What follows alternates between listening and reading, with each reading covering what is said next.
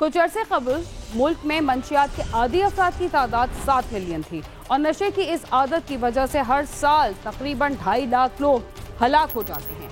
Anti narcotics force एक साल के दौरान 800 मिलियन अमरीकी डॉलर से जायद मालियत की मंशियात जब्त भी कर चुकी है।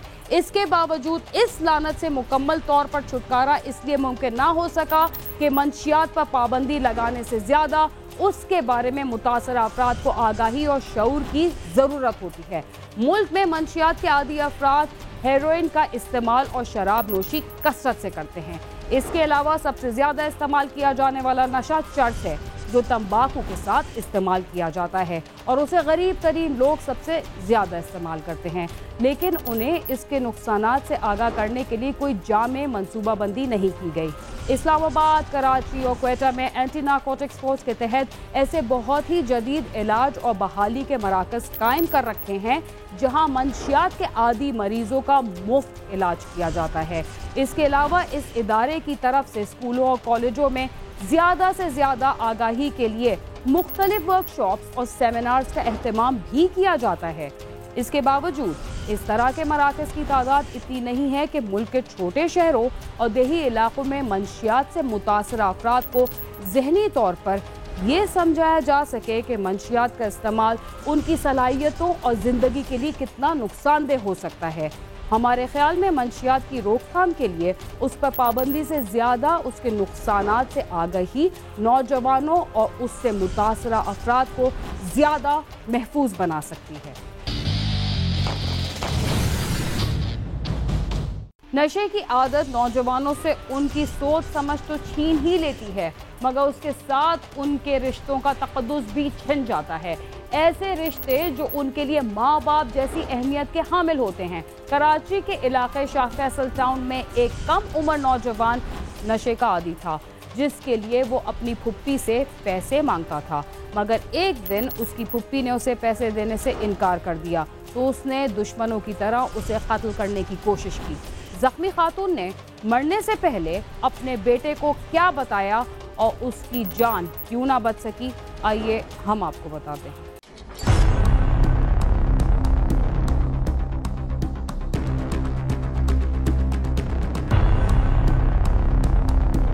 दिल दहला देने वाला ये इंसानियत सोज वाकया कराची के इलाके शाह फैसल कॉलोनी में पेश आया, जिसे देखकर रूह कांप उठे और खातून की जान पुलिस की बेहिसी की वजह से भी गई, जिसे रक्शे में जख्मी हालत में देखने के बावजूद भी पुलिस अपनी पूछताछ करती रही। अगर खातून को बर वक्त तिब्बी इमदाद मिल जाती तो शायद वो बच जाती।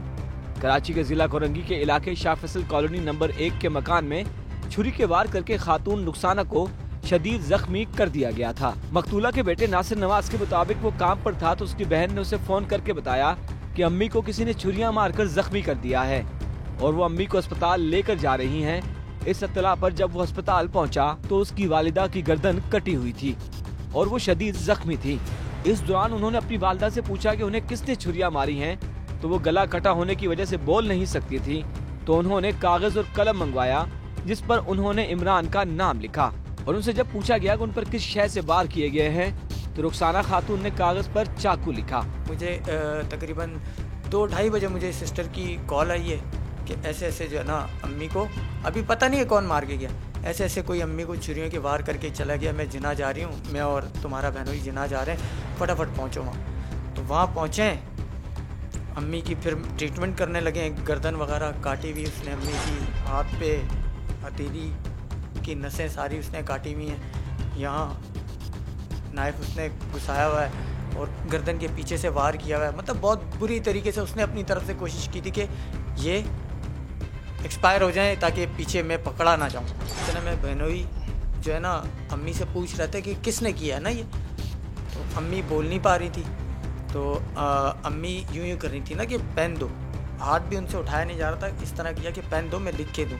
तो बहनोई ने जल्दी से पेन लिया डॉक्टर से, पेपर लिया डॉक्टर से, फटाफट एक गत्ता आगे किया, बोला ये नहीं लिखे जल्दी से। तो अम्मी ने लिखा इमरान।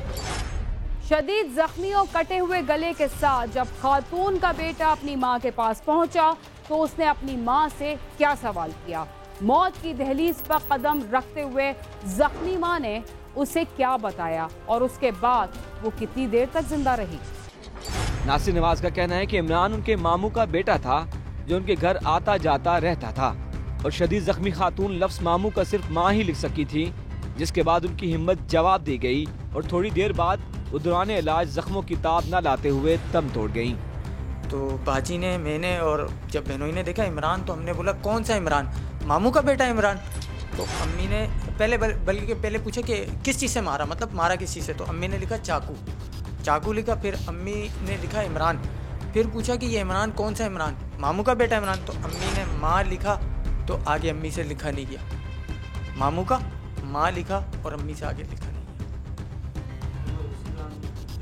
उनकी तबीयत ख़राब हो गई और डेथ हो गई। मकतूला के बेटे नासिर नवाज का कहना है कि मुल्जिम इमरान 17 बरस का नौजवान है जो अपने घर वालों के साथ उनके घर आता जाता रहता था।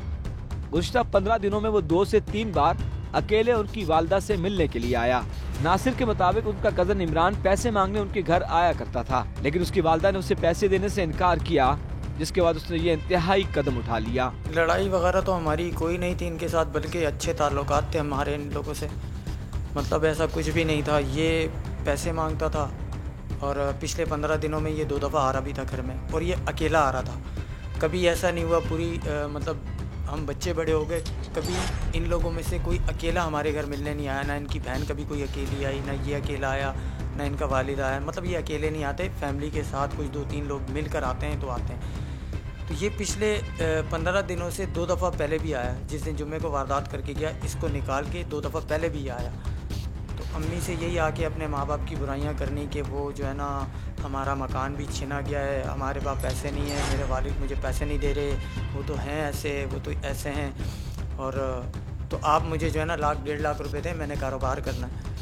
तो अम्मी मना करती थी इसे। बहरहाल ये 2 दफ़ा जो आया, 1 दफ़ा वापस चला गया, अम्मी नहीं मानी, पैसे नहीं दिए। फिर ये दूसरी दफ़ा आया। कत्ल की इस वारदात के बाद क्या मुल्जिम ने घर से कीमती सामान भी चोरी किया, या वो गुस्से में आकर सिर्फ अपनी फुप्पी को जख्मी करने के बाद वहां से फरार हो गया था? क्या पुलिस मुल्जिम को गिरफ्तार करने में कामयाब हुई, या वो अभी तक रूपोश? मकतूला रुखसाना के बेटे नासिर का कहना है कि मुल्जिम इमरान ने जिन पैसों से आला कत्ल कटर खरीदा, वो भी मेरी वालदा ने मुल्जिम को दिए थे। इमरान को खाना लाने के लिए 200 रुपए मकतूला रुखसाना नवाज ने ही दिए, जिनसे वो खाना भी खरीद कर लाया और कटर भी। और खाना खाते हुए उसने अपनी फुप्पी की गर्दन पर कटर से वार शुरू कर दिए। नासिर नवाज का कहना है कि मुल्जिम उनके घर से जाते हुए 1.5 लाख रुपए की नकदी और उनकी वालदा का मोबाइल फ़ोन भी लेकर गायब हो गया। जो अपना वीडियो बयान दिया है उसमें वो ये बता रहा है कि मैं घर आया तो आंटी तो खाना खा चुकी थी। तो मैंने आंटी को बोला, आपा को बोला, आपा बोला करता था मेरी अम्मी को ना, मैंने आपा को बोला कि मुझे भूख लगी, मुझे खाना खाना है। तो अम्मी ने आपा ने मुझे 200 रुपये निकाल के दिए कि अपने लिए खाना लेकर आ जाओ, बाहर से लेकर आ जाओ, होटल ये रहा, यहाँ से खाना ले आओ, तो आके खा लो, मैं अभी नमाज़ की तैयारी वगैरह कर रही हूँ, इतनी जल्दी मैं नहीं बना सकती। तो वो देखा भी था, खाने की तैयारी कर ही नहीं थी, नमाज़ की और खाने वगैरह की ना। तो ये कहीं ये सामने पेशावरी होटल है, आपने देखा होगा, यहाँ गया, यहाँ CCTV कैमरा भी लगा हुआ है। तो यहाँ जो है ना, इसने कोई दाल वगैरह ली है और रोटियाँ वगैरह ली हैं, और फिर मेरे ख्याल में वहीं से आगे अम्मी के पैसों से ही इसने वो नाइफ़ लिया है, नाइफ़ कटर जिसे बोलते हैं ना, तो वो इसने लिया है और वापस आया है। खाना अम्मी को भी बिठाया अपने साथ, खाना खाते के दौरान ये अम्मी के इसने गर्दन पे वार किया। शाह फैसल कॉलोनी की पुलिस ने मुल्जिम इमरान को अगले रोज मकतूला के बेटे की निशानदेही पर इलाके के ही एक दुकान से गिरफ्तार कर लिया। पुलिस ने मुल्जिम इमरान से समा क्राइम सीन की टीम को तो मिलने नहीं दिया, लेकिन मकतूला के बेटे नासिर का कहना है कि मुल्जिम ने पकड़े जाने के फौरन बाद ही अपने जुर्म का एतराफ़ कर लिया था। जी, मुझे इन्फॉर्मेशन आई कि किसी एक दुकान पर बैठा हुआ है, वहाँ पुलिस वालों को लेकर गया मैं, तो वहाँ से जो है ना, वहाँ से पकड़ के लेके आया। तो वो जब पकड़ के लाए, मैं भी था, मेरा एक दोस्त भी था साथ में, गाड़ी में ही उसने, मतलब पुलिस मोबाइल में जब उसे पकड़ के डाला है तो वहीं एतराफ़ कर लिया था कि मैंने किया, मुझे माफ़ कर दो, मुझसे गलती हो गई। लेकिन मैंने मतलब किया तो मैंने, लेकिन मैंने खुद नहीं किया, मेरे से करवाया गया। जी, मेरे से तो ये करवाया गया है के सिलसिले में ये उसी चर्च वाले का नाम लेता है। नासिर का कहना है कि उसकी वालदा को मुल्जिम इमरान ने बेदर्दी से कत्ल किया। उनकी गर्दन, हाथ और जिस्म के हिस्सों पर तेज कटर के वार किए गए थे। मुल्जिम इमरान के बारे में मकतूला के बेटे का कहना है कि वो उनके मामू का बेटा है और उनके मामू रिटायर्ड पुलिस ऑफिसर हैं और मुबैना तौर पर मुल्जिम नशे का आदी है और उसने किसी मनशियात फरोश की चर्स गायब कर दी थी और उन पैसों को चुकाने के लिए वो उनकी वालदा से पैसे मांग रहा था। ये नशे का भी आदी है, आइस का नशा करता है, चर्स का नशा करता है। इसने अपने पहले बयान में बताया है, मेरे सामने जो इसने बयान दिया है उसमें ये कह रहा है कि मैंने किसी चर्स वाले का जो है ना एक छिटाक कोई चर्स होती है वो मैंने छुपाई थी, तो वो जो है ना मुझे डराता था कि मैं तुम्हें जान से मार दूंगा और मैं ये कर दूंगा, मुझे पैसे चाहिए। तो फिर मैंने सोचा कि मैं आपा के पास जाके पैसे मांगता हूँ तो इससे जान छुड़ाता हूँ अपनी ना। तो अम्मी तो इतनी रकम नहीं दे सकती थी, बच्चा 500 दे देंगी, 1000 दे देंगी, 2000 दे देंगी, लाख 1.5 लाख 50,000 अम्मी कैसे दे सकती हैं एक छोटे से बच्चे को, वो क्या करेगा इसका। तो अम्मी मना कर रही थी, तो ये पैसों के लिए भी इसने ये सब करके चला गया।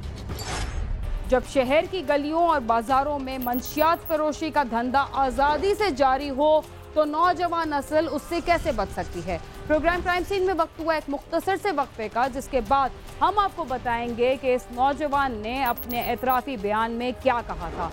तब तक आप समा के साथ ही रहिए।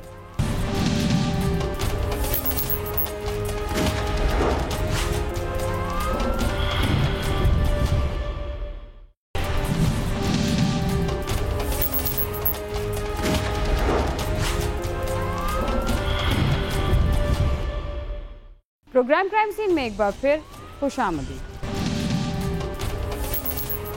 वक्फे से पहले आप देख रहे थे कि कराची के एक नौजवान ने पैसों का नुकसान पूरा ना होने पर अपनी सगी फुप्पी की गर्दन काट दी। ये बात जख्मों की ताब ना लाकर मरने वाली खातून के बयान से ही पता चल गई थी, मगर जब मुल्जिम ने एतराफ़ जुर्म किया तो उसका इस कत्ल के बारे में मजीद क्या कहना था, आइए हम आपको बताते हैं। पुलिस की हिरासत में मुल्जिम का वीडियो बयान भी सामने आया है, जिसमें मुल्जिम अपने जुर्म का एतराफ़ कर रहा है।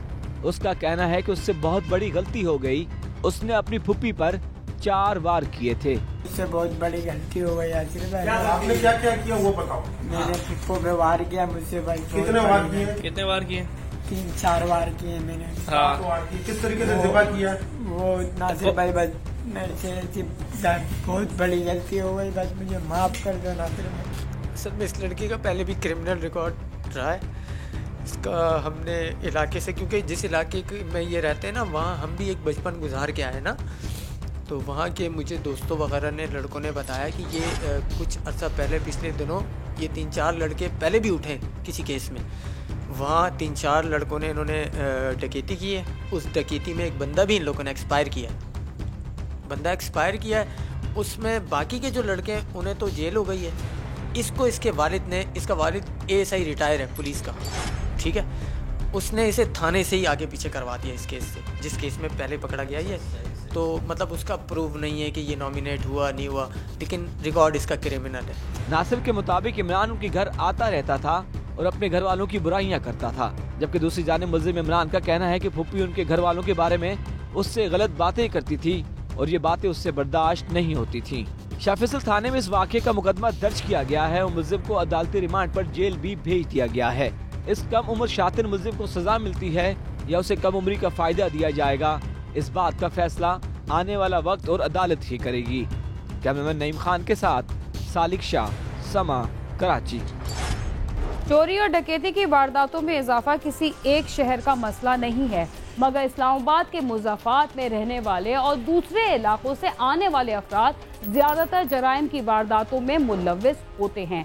ऐसे अफराद का क़याम इस्लामाबाद में तो नहीं होता, मगर दिन के वक्त आसानी के साथ वो मुख्तलिफ कामों का बहाना बनाकर रात के वक्त या किसी भी वक्त जराइम की कार्रवाइयाँ करने के बाद आसानी से फरार हो जाते हैं।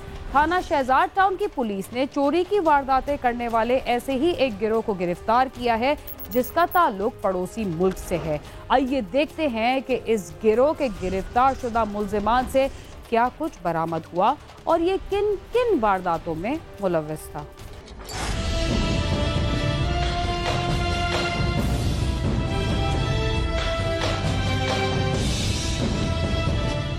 2 साल कबल सिक्योरिटी के मुख्तलिफ इदारों की जानिब से सर्च ऑपरेशन किए जाते थे, जिसके नतीजे में कई अफगानी जराइम पेशा गिरोह खत्म हो गए थे।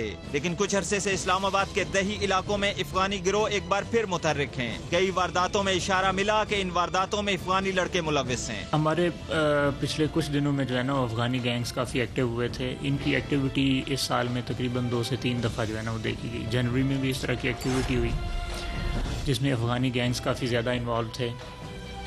उसके बाद हमारे 2 से 3 जो है ना वो 2 जवान हमारे शहीद हुए 26 नंबर चुंगी में, उसमें भी जो है ना अफगानी गैंग इन्वॉल्व थे। बाद में हमारी अचानक जो है ना वो कार चोरी की वारदातें भी बढ़ गई थी, उसमें भी अफगानी लड़के जो है ना इन्वॉल्व थे। पुलिस के नौजवानों को शहीद करने में अफगानी गिरोह मुलविस थे। थाना शहजाद टाउन के इलाके में कुछ अरसे से चोरियां बढ़ गई। जब इन वारदातों की तफ्तीश की गई तो मालूम हुआ कि ये भी एक अफगानी गिरोह है जो घरों को खाली देखकर चोरियां करते हैं। इसमें 4 नौजवान मुलविस थे जो नए नए अफगानिस्तान से आए थे और वारदातें शुरू की थी। ये गिरोह एक हॉस्टल में रिहाइश पजीर था और इसमें शामिल मुल्जिमान मुख्तलिफ इलाकों में घूम फिर कर घरों की रेकी करते थे। जिस घर के बारे में ये पता चलता था कि इसके रिहायशी घर में मौजूद नहीं हैं, उसके ताले तोड़कर अंदर दाखिल होते और लूटमार शुरू कर देते। इस गिरोह में रूहुल्लाह, शाहिद खान, इरशाद और हिकमत शामिल हैं। ये चारों इस्लामाबाद और रावलपिंडी के कई इलाकों की रेकी कर चुके थे। चट्ठा बख्तावर में इस गिरोह ने फरहाद से राब्ता किया जो एक हॉस्टल चलाता था। इसने इन चारों को बिना किसी शनाख्त के रख लिया। इसमें 4 लड़के थे, रूहुल्लाह, शाहिद खान, इरशाद और हिकमत। ये चारों लड़के इस्लामाबाद और पिंडी के डिफरेंट इलाकों में ये रेकी कर चुके थे और इनका प्लान अभी मतलब एग्जीक्यूशन उन्होंने स्टार्ट की थी। 2 से 3 वारदातें अभी इन्होंने इस्लामाबाद में की थी। हॉस्टल में रहकर ये लोग मोटरसाइकिल पर इर्द गिर्द की आबादी में घरों की रेकी करते थे और जिस घर के बारे में पता लगता था कि घर के अफराद मौजूद नहीं तो उसमें वारदात करते थे। ये गिरोह इब्नुल हसन के घर ताले तोड़कर दाखिल हुआ और उसके घर से नकदी और कीमती अशिया लूटकर फरार हो गया। हाउस रॉबरी कुछ इस तरह से हुई थी कि ये 2 लड़के जो है ना इन्होंने घर के ताले तोड़े और ताले तोड़ के जो है ना वो नकदी, लैपटॉप और गोल्डन जो है ना वो मतलब जो इनकी ज्वेलरी थी वो ले गए थे। फिर जब इसको मुल्ज़म फरहाद को हमने गिरफ़्तार किया तो उसने बताया कि ये मेरे पास लड़के हैं। हमें मतलब टेक्निकली भी हम काम कर रहे थे तो 2 वारदातें जब हमने इसमें जो है ना वो चेक की तो उसमें ये फरहाद का भी जो है ना हमें पता चला कि इसके पास अफ़गानी लड़के रहते हैं।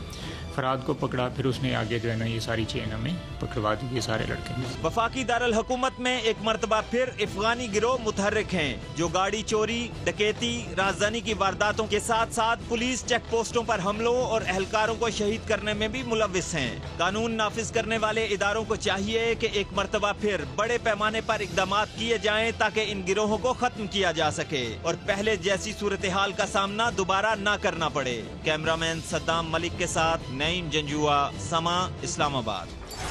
पड़ोसी ममालिक से आने वाले दहशतगर्द और जराइम पेशा अफराद हमारे मुल्क में रहने सहने और खाने कमाने की सहूलतें भी इस्तेमाल करते हैं और उनमें चंद ऐसे भी होते हैं जो जराइम की बड़ी बड़ी कार्रवाइयों और दहशतगर्दी में भी मुलविस पाए जाते हैं। इसके साथ ही क्राइम सीन अपने अख्तिताम को पहुंचता है। अगर आप हमसे रब्ता करना चाहते हैं तो हमारा पता है cs@sama.tv। इसके अलावा आप ट्विटर, फेसबुक और यूट्यूब पर भी हमसे रब्ता कर सकते हैं और हमारा प्रोग्राम भी देख सकते हैं। बीना खान और क्राइम सीन की टीम को इजाज़त दीजिए और देखते रहिए समा।